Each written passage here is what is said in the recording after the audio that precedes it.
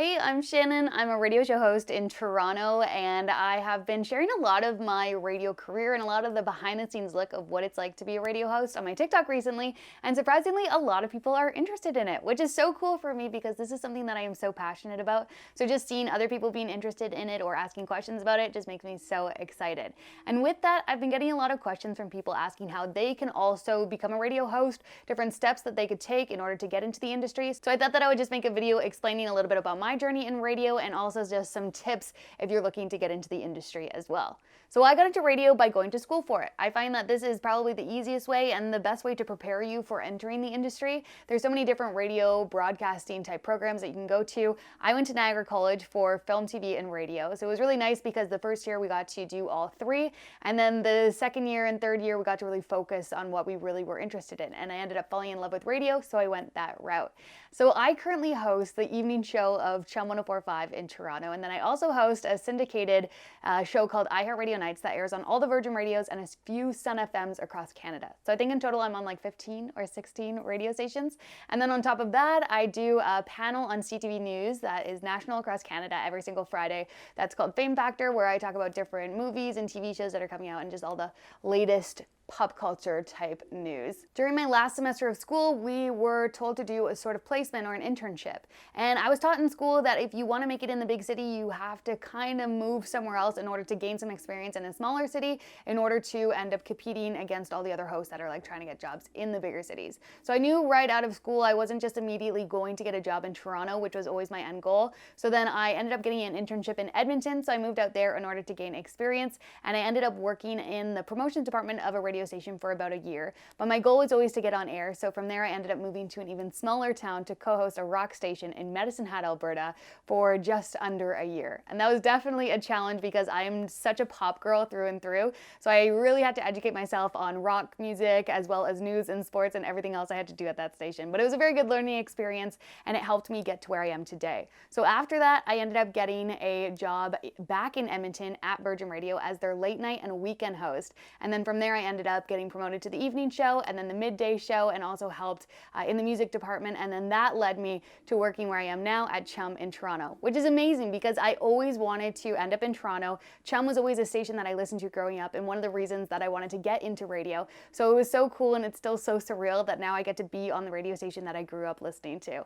It's amazing. So I was in Alberta for a total of 5 years, just getting all that experience that I could.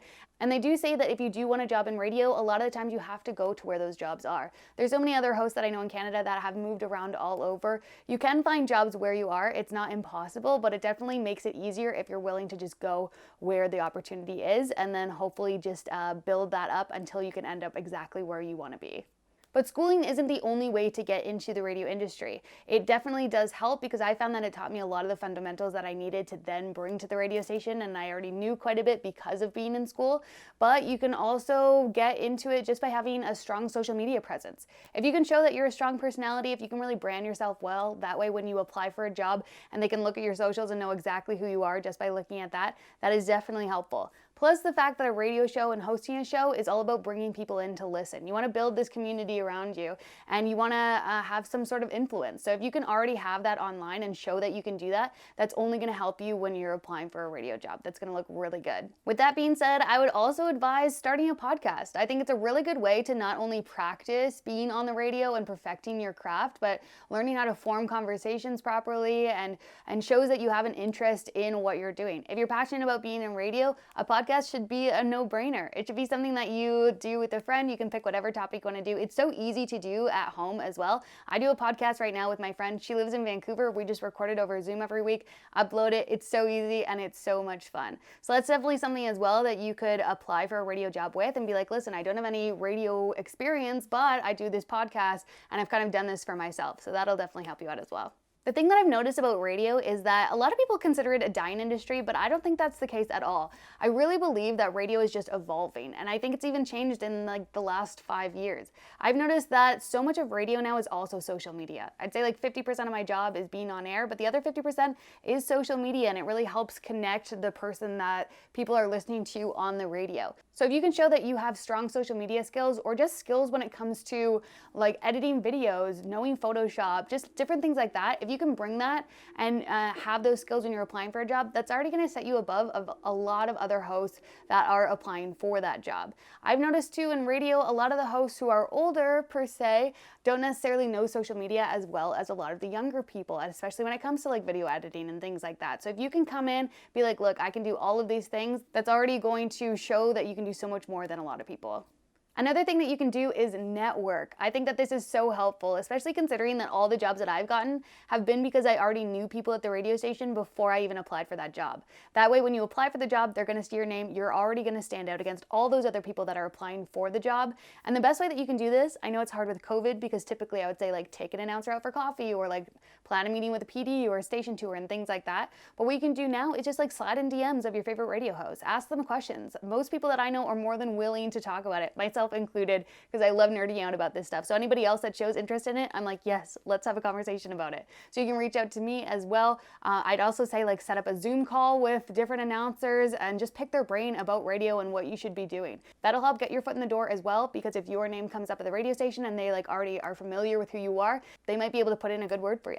That being said, I also would say to apply for jobs that you're not necessarily qualified for. I would see jobs sometimes that had listings that said that you need 3 to 5 years of on-air experience just in order to apply for the jobs. But sometimes I'd apply for those jobs anyways, because if you can show that you cross off and check off every other box that is what they're looking for, they're gonna look past the fact that you don't have the same amount of years experience as somebody else.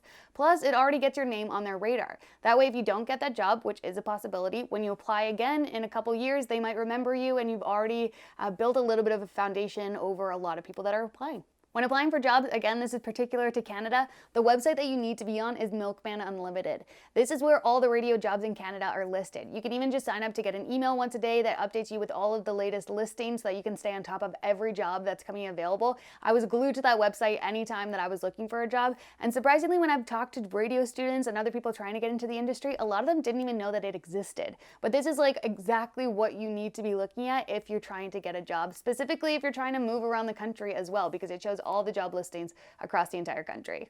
Thank you so much for watching this video. I hope that it was helpful for you. If you have any other questions or you want to know anything about anything, just send me a DM on Instagram. I'll be sure to get back to you, or just comment on this video. Thanks again so much for watching. Like I said, I love talking about radio, so any opportunity to do so, I am so here. Thanks so much, and I'll talk to you guys later. Subscribe, and also check out my TikTok if you want to see more behind the scenes look of everything that has to do with working at a radio station. Thanks.